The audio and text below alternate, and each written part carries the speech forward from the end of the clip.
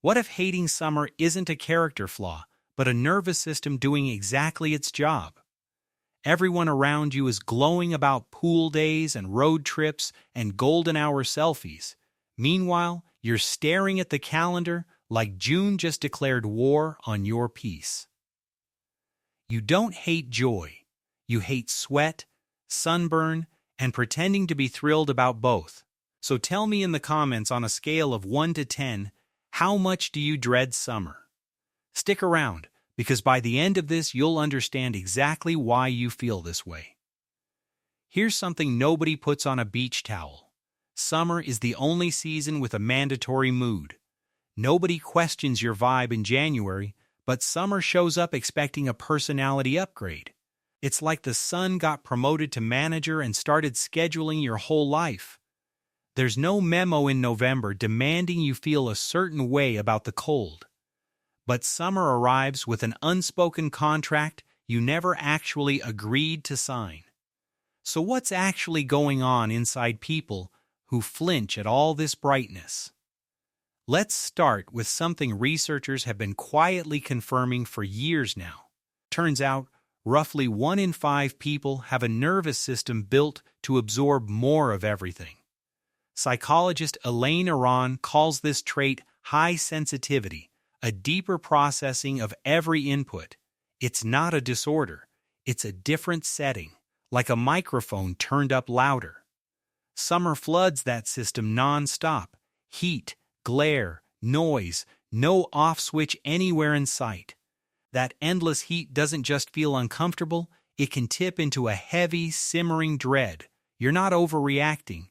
Your body is just narrating what everyone else is quietly tuning out. And that's only the physical layer. The social layer might hit even harder.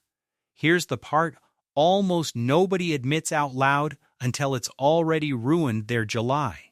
Summer clears everyone's calendar at once, so suddenly your group chat expects constant plans. Every free evening becomes an opportunity someone insists you should be excited about.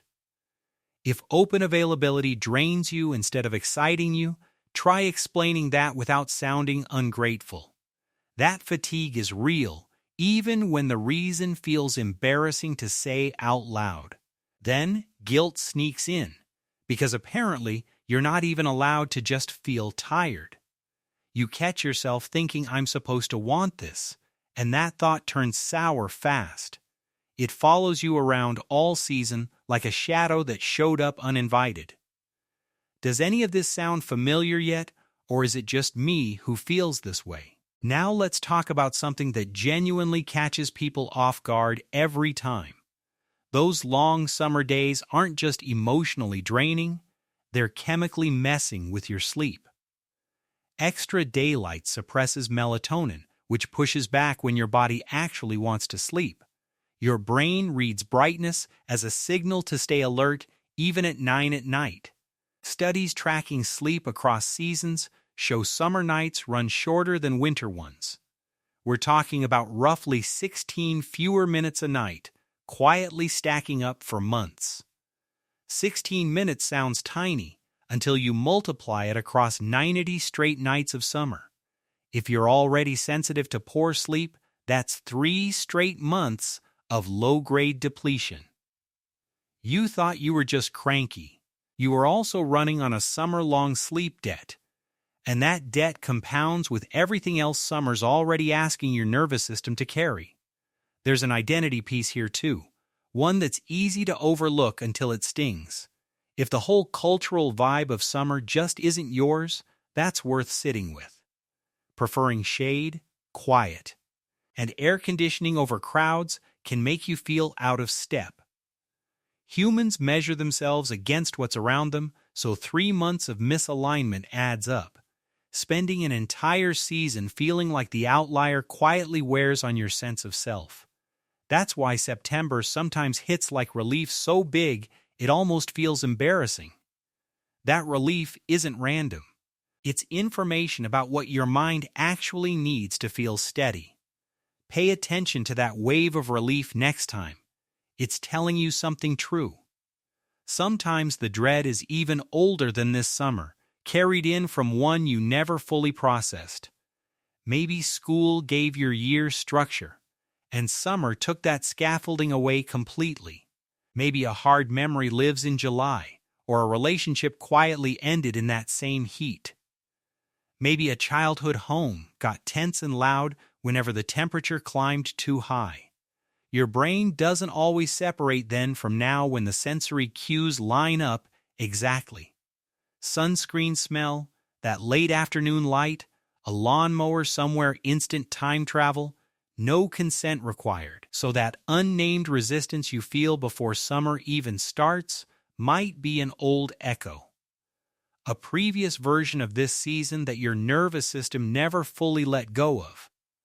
Take a second and think, is there an old summer memory still living under this one?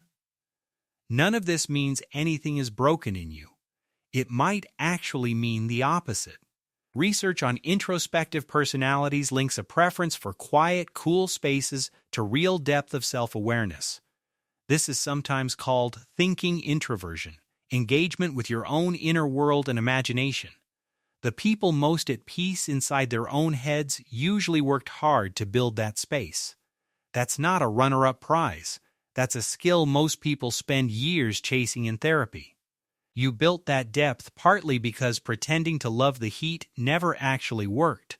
And yet almost nobody who dislikes summer gets to dislike it without some kind of caveat. There's always someone offering a better hat, as if the problem was ever about hats. Summer has so much cultural weight that disliking it can feel like admitting a flaw. So a lot of summer haters learn to fake a tolerance they've never actually felt. Closing plus pay off that performance is its own exhausting job, stacked right on top of everything else. You've been quietly managing other people's feelings about your feelings toward the weather, and you've been doing it politely, for years, without anyone ever noticing the effort. Here's something worth sitting with before autumn swoops in to rescue you again. The way you retreat, ration your energy, and feel relief when the clouds roll in isn't failure. That's self-knowledge. That's a skill a huge number of people are still trying to learn in therapy. You've always known what costs you. You just thought that knowledge made you the odd one out. It didn't. It only ever meant you were paying closer attention than most people bother to. You're not the person who missed the memo. You're the person who read the fine print. So while everyone else posts sunsets and countdowns, what does summer actually feel like for you? Is it dread, relief in disguise, an old memory, or something you've never said out loud? Whatever it is, there's a whole air-conditioned room of people who would nod along with you. Say it in the comments. Let someone else feel less alone in their own quiet season. You've known this about yourself for a long time. It's not a flaw. It's clarity.